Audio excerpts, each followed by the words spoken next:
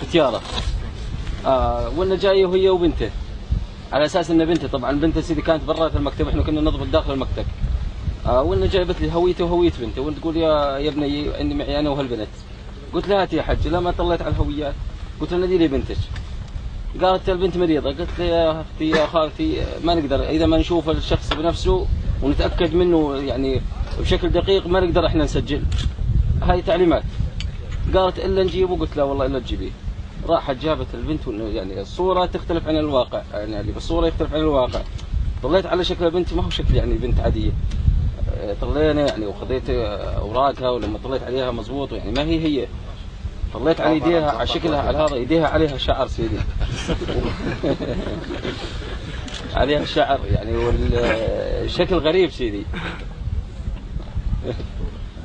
الشكل غريب. وديت القائد السرية، قلت له سيدي تفضل شوف هذه عندي اليوم. قائد السرية قال وش فيه يا علي؟ قلت له والله سيدي شاب هذا متنكر بلباس بنت. قال شلون عرفت؟ قلت له سيدي مبين طلع عليه. وانه يقول له قائد السرية يقول له اخلع القمطة اللي رابسها على راسك. قال له اشلح القمطة على راسك. لما صار يسولف عادي، هو قبل ما سولف لما صار يسولف بين صوته صوت شاب. واتخذنا بحق اجراءات.